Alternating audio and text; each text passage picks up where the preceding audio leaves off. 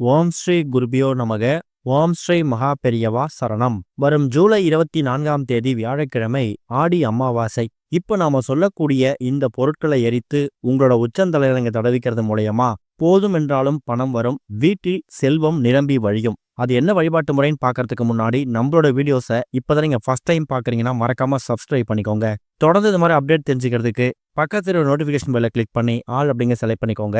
இப்போ என்னென்ன பொருட்களை எரித்து என்ன மாதிரி வழிபாடு செய்ய போறோம் அப்படிங்கிற பத்தி தெளிவாக தெரிஞ்சுக்கலாம். யார் ஒருத்தவங்க அவங்க வாழ்க்கையில பித்ரு தர்ப்பணத்தை முறையா செஞ்சு குலதெய்வ வழிபாட்டை முறையா கடைபிடிக்கிறாங்களோ அவங்கள எந்த விதமான தோஷமும் பாதிக்கிறதில்லை அப்படிங்கிறது ஒரு பெரிய நம்பிக்கை. தட்சிணாயன காலத்துல வரக்கூடிய ஆடி அமாவாசை அப்படிங்கிறது முன்னோர்களை நினைத்து படையலிட்டு வணங்குவதற்கு உகந்த நாள். பொதுவா ஒரு வருஷத்துக்கு 96 முறை முன்னோர்களுக்கு பித்ரு தர்ப்பணம் செய்யணும் அப்படிங்கிற மாதிரி சாஸ்திரங்களை சொல்லப்பட்டிருக்குதான். அப்படி செய்ய முடியாதவங்க ஒரு மாதமும் வரக்கூடிய அமாவாசையில செய்யலாம். அதுவும் முடியாதவங்களுக்கு ஒரு மாற்று வழிதான் இந்த ஒரு ஆடி அமாவாசை.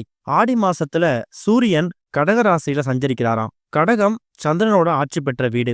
சூரியன் சிவ அம்சம்.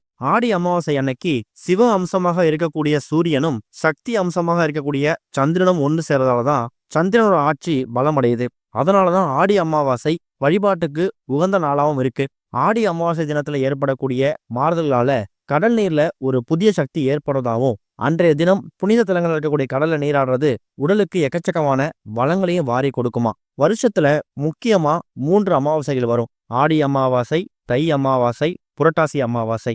இந்த நாட்கள்ல திதி தர்ப்பணம் கொடுக்கறது நல்ல பலன்களை கொடுக்கும். தட்சிணாயன காலம் ஆரம்பிச்சு முதல்ல வரக்கூடிய அமாவாசை இந்த ஆடி அமாவாசை தான். குரு அப்படிங்கிறவரு முன்னோர்களை குறிக்கக்கூடிய கிரகம். புத்திர பாக்கியத்தை வாரி வழங்கக்கூடியவரும் குரு பகவான் தான். பித்ரு தர்ப்பணத்தை முறையா மேற்கொண்டீங்கன்னா குடும்பத்துல வாரிசுகளோட வாழ்க்கை சிறப்பா அமையும். ஜோதிட ரீதியா பாத்தீங்கன்னா பித்ரு தோஷம் தான் ஒரு பெரிய தோஷமா. பித்ரு தர்ப்பணத்தையும் குலதெய்வ வழிபாட்டையும் முறையா செஞ்சீங்கன்னா எந்த விதமான பாதிப்பும் நமக்கு வராது. முன்னோரோட ஆசீர்வாதம் நம்மளோட கவசமா பாதுகாப்பா இருக்கும் அப்படிங்கிறது ஒரு பெரிய நம்பிக்கை. ஜூலை 24ஆம் தேதி அதிகாலை 3 மணி 6 நிமிஷத்துக்கு ஆரம்பிக்கக்கூடிய அமாவாசை திதி மறுநாள் அதிகாலை 1 மணி 45 நிமிஷம் வரைக்கும் இருக்கு. வியாழக்கிழமை நமக்கு நாள் முழுக்க அமாவாசை திதி தான். தூங்கி எழுந்ததுக்கு அப்புறமா குளிச்சுட்டு நீங்க பித்ருக்களுக்கு திதி தர்ப்பணம் கொடுக்கணும் அப்படின்னா தாராளமா கொடுத்துக்கோங்க.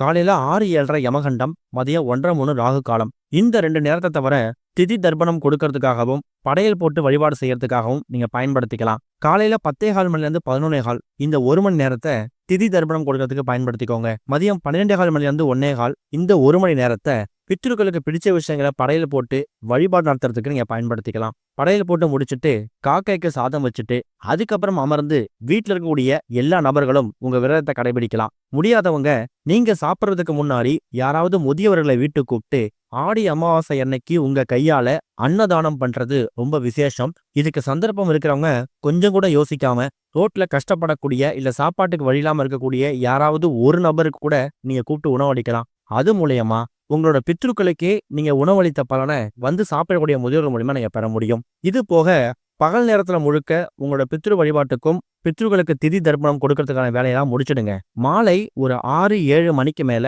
வீட்டோட பூஜை அறையில இப்ப நாம சொல்லக்கூடிய இந்த ஒரு பரிகாரத்தை நீங்க செய்யணும். இதுக்கு நீங்க பயன்படுத்தக்கூடிய பொருட்கள் மொத்தமா 5 பொருட்கள் பயன்படுத்த போறீங்க. இந்த 5 பொருட்களும் ரொம்ப விசேஷமான பொருட்கள். ஆடி அமாவாசைக்கும் அன்றைய தினம் வரக்கூடிய வியாழக்கிழமைக்கும் உகந்த பொருட்கள். அதுல முதல் முக்கியமான பொருள் ஒரே ஒரு துண்டு பச்சை கற்பூரம் எடுத்துக்கோங்க. பச்சை கற்பூரம் அப்படிங்கிறது மகாவிஷ்ணு வாசம் செய்யக்கூடிய ஒரு பொருள். மகாவிஷ்ணு எங்கெல்லாம் இருக்காரோ அங்கெல்லாம் மகாலட்சுமி தாயார் தானா வந்துடுவாங்க. அந்த அளவுக்கு சக்தி வாய்ந்த பல நன்மைகளை ஏற்படுத்தக்கூடிய ஒரு பொருள் பச்சை கற்பூரம். அடுத்தது ஒரே ஒரு மருதாணி இலை. இந்த மருதாணி இலையை பத்தி இப்ப ரீசெண்டா நம்ம சேனல்ல மருதாணி இலை மீது தீபங்கிற மாதிரி ஒரு வீடியோ போட்டிருக்கோம். அந்த அளவுக்கு மகாலட்சுமி தாயார் நிறைஞ்சிருக்கக்கூடிய மகாலட்சுமி தாயார் வாசம் அதிகமாக இருக்கக்கூடிய ஒரு பொருள் மருதாணி இலை. அந்த மருதாணி இலைய ரொம்ப அதிகமா பயன்படுத்தணும்னு கிடையாது. ஒரே ஒரு மருதாணி இலைய ஒரு எண்ணிக்கையில இருந்தா கூட போதும். அடுத்ததா ஒரே ஒரு துண்டு கிராம்பு. கிராம்பு அப்படிங்கிறது மகாலட்சுமி தாயாருக்கு ரொம்ப பிடிச்ச ஒரு பொருள், வசீகரத்தை ஏற்படுத்தக்கூடிய ஒரு பொருள். அதனாலதான் கிராம்பை எடுத்துக்கிறோம். அடுத்ததா ஏலக்காய். ஏலக்காயோட மகிமை பத்தி நம்ம சொல்லி தெரிய தேவையில்ல. பணவசியம் ஜனவசியம் ரெண்டுத்துக்கும் பயன்படுத்தக்கூடிய அற்புதமான ஒரு பொருள் ஏலக்காய். பேரு புகழ் இது எல்லாத்தையும் வாரி வழங்கக்கூடிய பொருள் தான் இந்த ஏலக்காய். அதனால ஒரே ஒரு துண்டு ஏலக்காய் எடுத்துக்கோங்க. அடுத்ததா ஒரே ஒரு மிளகு. கடன் பிரச்சனையை வேரோடு அறுக்கக்கூடிய முக்கியமான ஒரு பொருள் இந்த மிளகு. 10 மிளகு இருந்தா பகை வீட்டுல சாப்பிடலாம்னு சொல்லுவாங்க. அந்த அளவுக்கு மருத்துவ குணம் நிறைந்த ஒரு பொருளா இருக்கக்கூடிய இந்த மிளகு இருக்குல்ல, அது எக்கச்சக்கமான மகத்துவம் நிறைந்த ஒரு பொருளாவும் இருக்கு. காலபைரவர் வழிபாட்டிலையும் வாராயம்மன் வழிபாட்டிலையும் இந்த மிளகுக்கு முக்கியத்துவம் கொடுப்பாங்க. கடன் பிரச்சனையை வேரோடு அறுக்கக்கூடிய ஒரே ஒரு மிளகு எடுத்து வச்சுக்கோங்க. இப்ப மொத்தமா 5 பொருட்கள் தயார் செஞ்சிருக்கோம். இதுல ஒருவேளை உங்ககிட்ட மருதாணி இலை கிடைக்கலனா அதை நீங்க விட்டுறலாம். கிடைச்சதுன்னா கண்டிப்பா அந்த மருதாணி இலையை ஒன்னே ஒண்ணு நீங்க சேர்த்துக்கிறதுக்கு தவற விட்டுறாதீங்க. இந்த ஒரு பரிகாரத்தை செய்யறதுக்கு உங்களுக்கு ஒரே ஒரு மண் அகல் விளக்கு தேவைப்படும். வீட்டோட பூஜை அறையில விளக்கெல்லாம் ஏத்தி வச்சுட்டு ஆடி அமாவாசைக்கான உங்க வழிபாடு எல்லாத்தையும் முடிச்சிடுங்க. அதுக்கப்புறம் நீங்க தயார் செய்து வைத்திருக்கக்கூடிய ஒரே ஒரு மண் அகல் விளக்குல பச்சை கற்பூரத்தையும் மருதாணி இலையையும் கிராம்பு, ஏலக்காய், அது கூட ஒரே ஒரு மிளகு, இந்த எல்லா பொருட்களையும் வச்சுட்டு ஒரே ஒரு சொட்டு நெய் ஊற்றி அந்த பச்சை கற்பூரத்தை எரிய விடுங்க. அந்த பச்சை கற்பூரம் எரியும் போது அதுல இருந்து ஒரு ஜோதி உருவாகும். அந்த ஜோதிய குடும்பத்துல இருக்கக்கூடிய எல்லா நபர்களும் அமர்ந்து நீங்க கண்குளிர பார்த்தாலே போதும். அந்த ஜோதி எரிந்து முடிஞ்சதுக்கு அப்புறமா அந்த அகல் விளக்க அப்படியே பத்திரமா எடுத்து பூஜை அறையில வச்சிடுங்க. அது சூடு ஆறட்டும். சூடு ஆறுனதுக்கு பிறகு அதை பார்த்தீங்கன்னா அதுல ஒரு கருமை நிற சாம்பல் மாதிரி உருவாயிருக்கும். அதை நெய்யோ இல்ல தேங்காய் எண்ணெயோ குழைச்சி அது ஒரு பசை மாதிரி தயார் செய்து தினமும் நெத்தில இட்டுக்கலாம். ஆண்களா இருக்கிற பட்சத்துல நெத்திலையும், பெண்களா இருக்கிற பட்சத்துல உச்சந்தலையிலையும் தடவிக்கலாம். ஒரு முக்கியமான விஷயமா வெளில போறீங்க, போகக்கூடிய காரியத்துல வெற்றி கிடைக்கணும், சித்தி கிடைக்கணும். இப்ப போகக்கூடிய காரியத்துல என் பக்கம் சாகமா அது நடந்தா அது என் வாழ்க்கையில பெரிய திருப்பு முனையை ஏற்படுத்தணும் ஒரு நம்பிக்கை இருக்கும்ல. அந்த மாதிரி காரியங்களுக்கு போகும்போது தயார் செய்து வைத்திருக்கக்கூடிய இந்த ஒரு பசைய நீங்க நெத்தில தடவிட்டு போறது மூலயமாவும், பெண்கள் வெளில போறீங்க, ஒரு பாதுகாப்பு அரணா இருக்கணும், தனியா ஒரு இடத்துக்கு போறதுக்கு பயமா இருக்கு, உங்களுக்கு ஒரு பாதுகாப்பு கவசம் தேவைப்படணும் அப்படின்னா இந்த ஒரு பொருளை உச்சந்தலை தடவிக்கலாம். ஆடி அமாவாசை அன்னைக்கு இதை தயார் செய்யறீங்கன்னா சரியா 1 மாதம் வரைக்கும் வரும். ஆடி முடிஞ்சு அடுத்ததா வரக்கூடிய ஆவணி அமாவாசையில மறுபடியும் இதே மாதிரி பொருட்களை நீங்க எரித்து அதுல வரக்கூடிய அந்த கருமை நிற சாம்பலை தேங்காய் எண்ணெயோ நெய்யோ சேர்த்து மறுபடியும் பசை மாதிரி தயார் செஞ்சு நீங்க பத்திரப்படுத்திக்கலாம். இதை தயார் செஞ்சு வைக்கிறது முக்கியம் கிடையாது. இதை நீங்க பூஜை அறையில மட்டும்தான் வைக்கணும். சுத்தபத்தம் இல்லாம குளிக்காம இதை பயன்படுத்துறத நீங்க தவிர்த்துடுங்க. அந்த அளவுக்கு ஒரு வசியத்தன்மையை ஏற்படுத்தக்கூடிய ஒரு மைய தான் நீங்க உங்க கையாலேயே தயார் செஞ்சிருக்கீங்க.